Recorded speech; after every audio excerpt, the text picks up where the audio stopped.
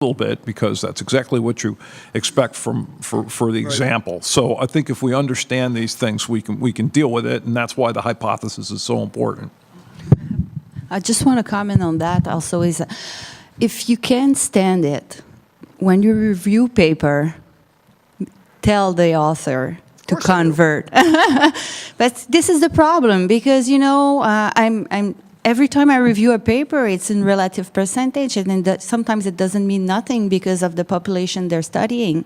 So that's why we put this, we wanted to be clear on that, and we want the people to use this paper to leverage their opinions and to leverage that if they don't feel comfortable with the data, at least they have something to refer to for the author to say, hey, you should, this is a recommendation now, you should maybe follow that. So maybe it's not appropriate for every paper, but we want the people to use the paper that we wrote for at least telling that there's data over there and you can reference to that. Actually, I had one last small question. This is actually for you, Melanie. Was, you know, in that picture that was shown a couple of times where, my goodness, there's already 8% DHA and EPA in the background fatty acids if you're in Norway versus only 4% in America. And I think that's going to come back to how you interpret results of a study, let's say with CVD risk, where, well, you know, you've already saturated, giving you more isn't going to help. And so understanding how you're going to take in consideration the background fatty acid composition of the diet needs to be very much incorporated when interpreting results. Yeah, you're absolutely right. So that's why it's so important to have all the data and to at least report what's the dietary background and whether there are other lifestyles that could modify the fatty acid profile in blood. So this is absolutely important. Yeah. Thank you. Hi, I'm Xuefeng Hu from University of Ottawa. My question may be a little bit beyond this paper, but I think regarding the reporting. I mean, given the inconsistent reporting right now, is there any recommendation if we want to combine the studies, different studies, like both some reported circulating fatty acid, some report fatty acid supplement, like how we can combine the two type of studies? They are investigating the same topic. I'll take a crack at it. Part of the inspiration for doing this project is the inability to actually put them together. So if people report everything, you can put it together the way you want to put it together and analyze it. And it's not just the primary authors who are looking at it. You can also say, oh, I don't like the way they did that. I'm going to look at something else. And that we're all used to secondary data analysis now. There's nothing wrong with doing that with a paper. That would be my response. Just a quick follow-up. Okay, please. Well, just to say that sometimes what we're really interested in is the degree of change. So even if you have one paper looking at blood spots and another looking at RBCs, there may be some utility in at least comparing the offsets due to a dietary intervention. So, and I say that with caution. It's better to have the same method on the same GC, but yeah, there's maybe some latitude there to look at change, but obviously looking at net endpoint numbers from different methods, I think, yeah, have to be careful about doing that. Yeah, just a quick follow-up. Right now, is there a robust whatever ratio or value or equation to convert the supplement with the change in circulating fatty acid? Because I see some individual studies, but not a robust review or something like that. So I would say I'm going to answer that by saying that we sort of steered away from that kind of thing because we're recommending what things ought to be reported and thought through rather than recommending use this method or use that kind of a conversion or something like that. So that's a way of sort of saying that maybe that's recommendations 2.0. Okay, thank you. Thank you very much. Hi, I'm Martha Billery from OSU, Ohio State University, and I really appreciate this paper finally coming out because we've been dealing with this thing, especially about comparative placebos for years. So my question, though, is many of the oil companies we work with really don't have the capacity to synthesize placebos. They just don't. We all know nutrition is not a high-end market that profits very well. So do you guys have any advice on that? We particularly like to use the typical American diet kind of Yeah, oil. yeah, I've been discussing, So the recommendation here is optimize your sample integrity during storage. So the details of sampling and storage should be reported, including timing between sampling and analysis, storage temperature, duration, and any protective agent or antioxidant being used. The next part is taking the sample out of the freezer and actually doing something with it. So that's the sample chemical processing.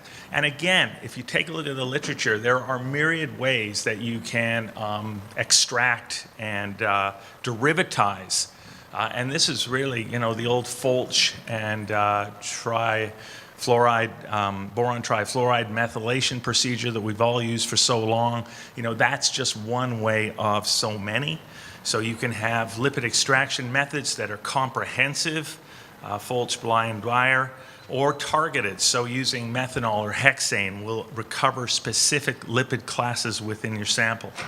Then derivatizing. Do you split off the fatty acids? Do you saponify first, or can you methylate directly? Do you use an acid or do you use a base? What type of reagents? What length of time? These are all considerations that the article goes into. I don't have time to fully explore them, but you need to take some careful consideration here. There are one-step methods as well. Lepage and Roy, for instance, direct transesterification method, which we use. But one does have to be careful about these. They're certainly not appropriate for some samples. For some tissue samples, for instance, you just won't see a proper reflection of the actual fatty acid distribution there. So our recommendation here is basically you want to prepare your sample fit for purpose. So the method used to extract fatty acids and derivatize them to fatty acid methyl esters should be explicitly stated and a reference be made to the original studies provided. The quality of the method also needs to take into account other situations as well. So particularly if this is a new method, if you're departing from something that's very much standardized, you need to validate it. You need to compare it to established methods. And on the right-hand side over here is an example for here's whole blood and the breakout of different fractions for phosphatidylserine. If you use a dried blood spot, what you find is you actually see the phosphatidylserine retained on the filter paper. So you have to homogenize it over here in the column B and homogenize and acidify to ensure that you can extract all the phosphatidylserine.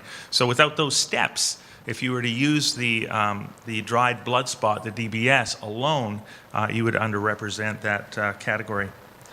Internal standards. Again, analytical chemistry guidelines are to be used here. The standard has to reflect the lipid of interest. So a fatty acid, for instance, that is not commonly found, that is provided at an equivalent concentration as you expect. You may wish to have multiple standards as well.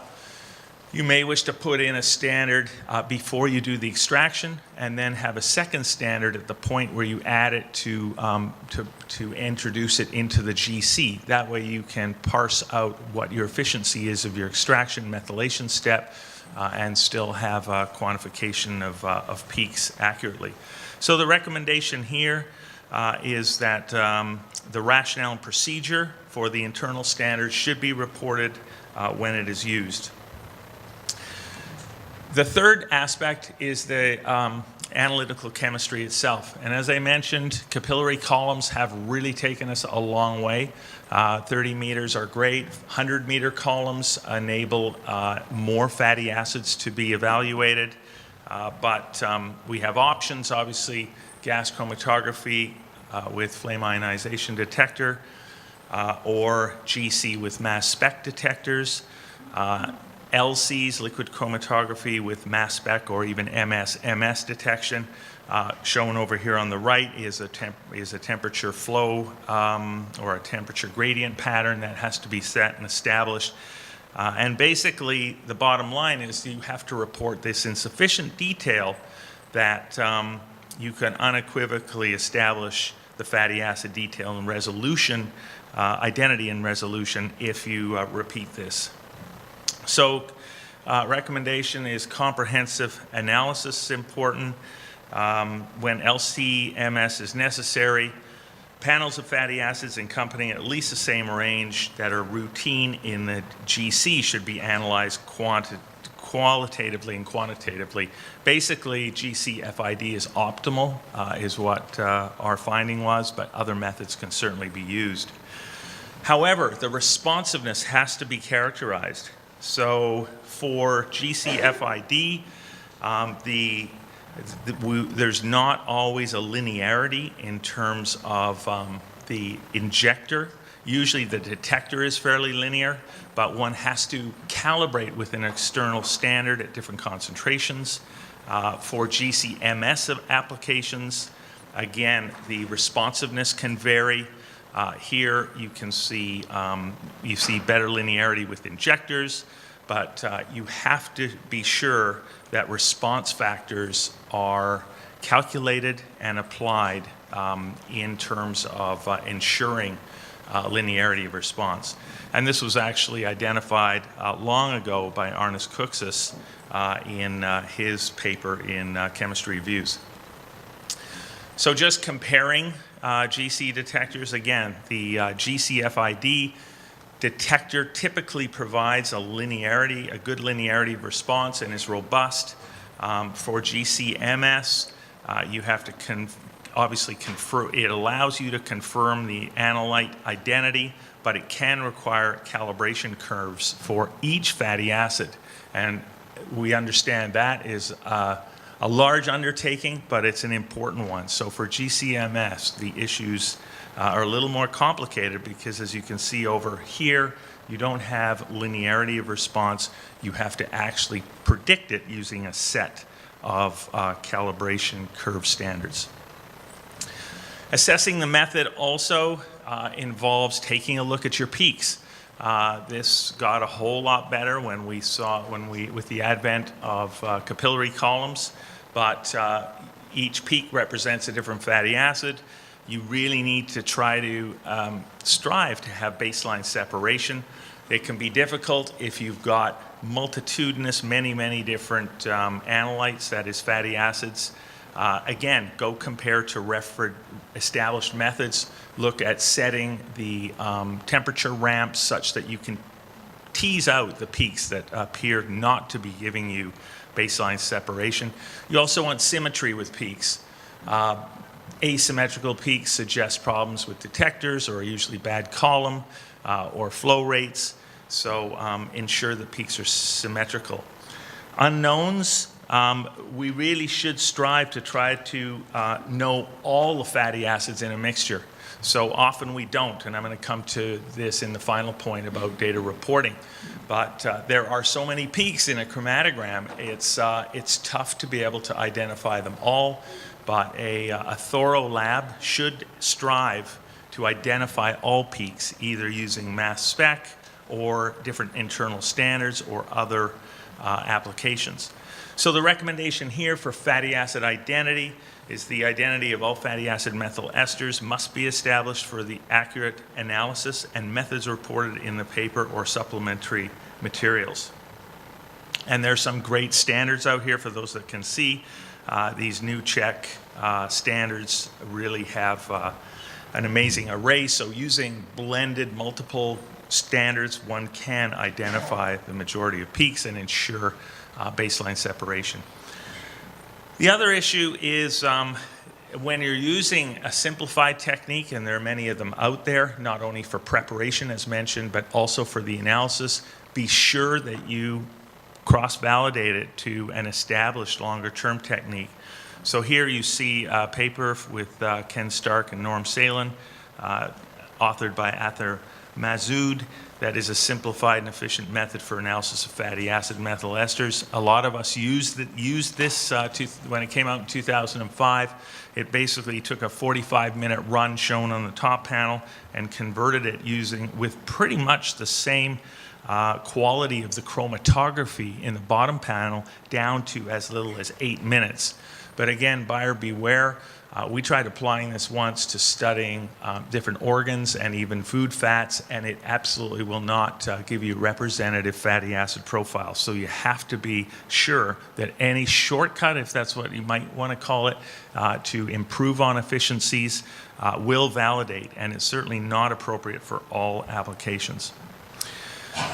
Acknowledging the limits of your method. This is really around the fact that you have so much variability in the size of peaks.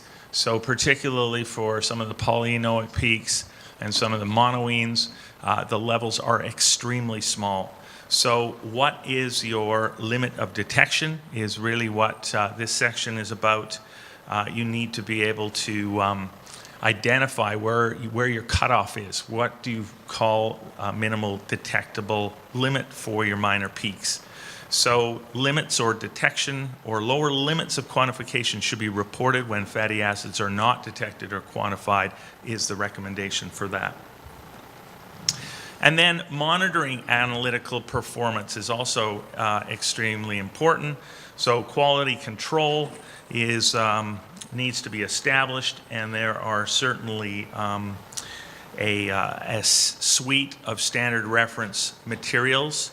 So the NIST standard reference methods, 1950, which is a single suite of fatty acids, or 2378, which is a grouping of different fatty acids, can be used to monitor your performance and look for resolution, look for peak separation, look for baseline separation.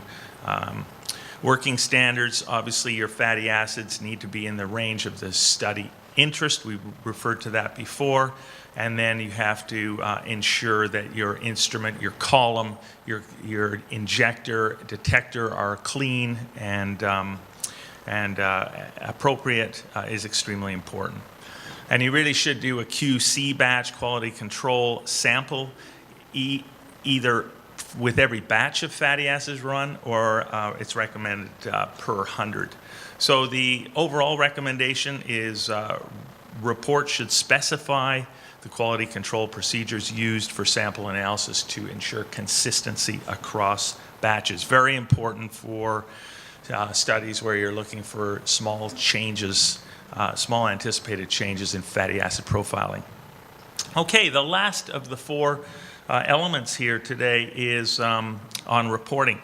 And as Ken Stark put it here, this is really around confusion of tongues. It has to do with the fact that when you take a look at the literature, particularly if you're trying to amass different studies and synthesize the data and tabulate, unfortunately, it is highly variable what is out there. And this was really the impelling point that led us to really want to tackle this whole question from the analytical standpoint. How do you report this? So there are a number of issues in this. What is out there right now? Well, right now, it's usually either percentage of sum total, and we'll get into what that total will be, or it is an absolute, so a concentration, a molar level. And so these studies really are highly variable in terms of what's reported out there. Typically, greater percentage of total, but there are lots of folks who believe that concentrations, sheer quantitative measures are better, but it appears though there's higher variability in that. So when in a systematic review of taking a look at exactly this in fatty acid data from healthy adults, this is a review that was done by Ken Stark, published in 2016. You can see over here, what it shows is that of all blood fractions, 78% of the reports that he was able to take a look at presented the data as weight percent, 12% as weight per volume, and then 5% as moles per volume and 5% as moles. So fairly variable. And then you can see the split when you take a look at the different fatty or different pools that were looked at as well. So it's variable overall. The recommendation of the group in terms of fatty acid units is the rationale for primary reporting of fatty acid profile or absolute fatty acid concentration should be reported with respect to the hypothesis. That actually doesn't say a whole lot, but give some sort of reason for why you're reporting the way you do. Common language can certainly be of benefit, and in terms of the reviews that are out there, it looks as though there's been an attempt to standardize or convert the data to relative weight percent. And that makes sense because that's what the majority are actually presented at. So 78% of data are already existing in that format. Unfortunately, some of the studies just don't possess the information needed to convert the data from concentration to percent. So some of them are missing the total fatty acid concentration overall. So in a review recently, there was a loss of 26 lines of extracted data out of 398, that is 6.5%, mostly due to reporting of only a few select fatty acid concentrations. So without the total fatty acid concentrations provided in moles, you can't calculate that percentage. So the recommendation in terms of the ability to interconvert whatever data you are publishing is, regardless of your choice of primary reporting method, all reports should obviously contain enough information to convert relative to absolute and vice versa. So make sure that someone who wants to add your data to a meta-analysis can do that change. So when we take a look at the studies that are out there, different studies report different numbers of fatty acids. In some of the reviews, the average out in the majority of studies right now is 9.4 plus or minus 5.8 fatty acids are reported for each study. 30% report less or equal to only 5 fatty acids, and 2% of studies report only EPA and DHA. So it's really hard to parse those data back into another type of database if you don't have a comprehensive suite of information. The relative reporting should be expressed in terms of a total. And of course, it's about the denominators, I'll just point out in a moment, but total fatty acids really varies, and we'll dig into that. So the fewer fatty acids you have, basically you impact what a percentage will be. So the greater the percent of any one fatty acid is of a smaller denominator. So the recommendation here in terms of the fatty acid base, or the total number of fatty acids to be looked at, is that at least the base of total fatty acids used to profile the calculation should be specified. And develop a list based on the literature is one of the suggestions. So use either the National Institute of Standards and Technology Fatty Acid Quality Assurance Program. So there are exercises that's you can access that at www.nist.gov, and that is basically where 14 labs analyzed a series of reference materials and produced that base of fatty acids. Also, Ken Stark took a look at a series of studies in his paper in Progress in Lipid Research in 2016. So you can see the numbers of studies there: 122 with erythrocyte data, 107 with plasma total lipid data, and 118 with plasma phospholipid data. Again, you can see what the base is. And on the right-hand side here, again, if the denominator is too small, your relative contribution in terms of percent will be too large. And here is basically the output from these reviews in terms of actual fatty acids to include in that base for percentage calculations. So of the fatty acids that are generally present in samples at greater than 0.3%, there are actually 22 of them listed here. These are the main common fatty acids. If you get down into the range of 0.1 to 0.3%, you can add another 7. So these ones, and if you are really trying to determine even the most minute amounts of fatty acids, and you add this list in column 3, 16 more, that's a total of about 45 different fatty acids.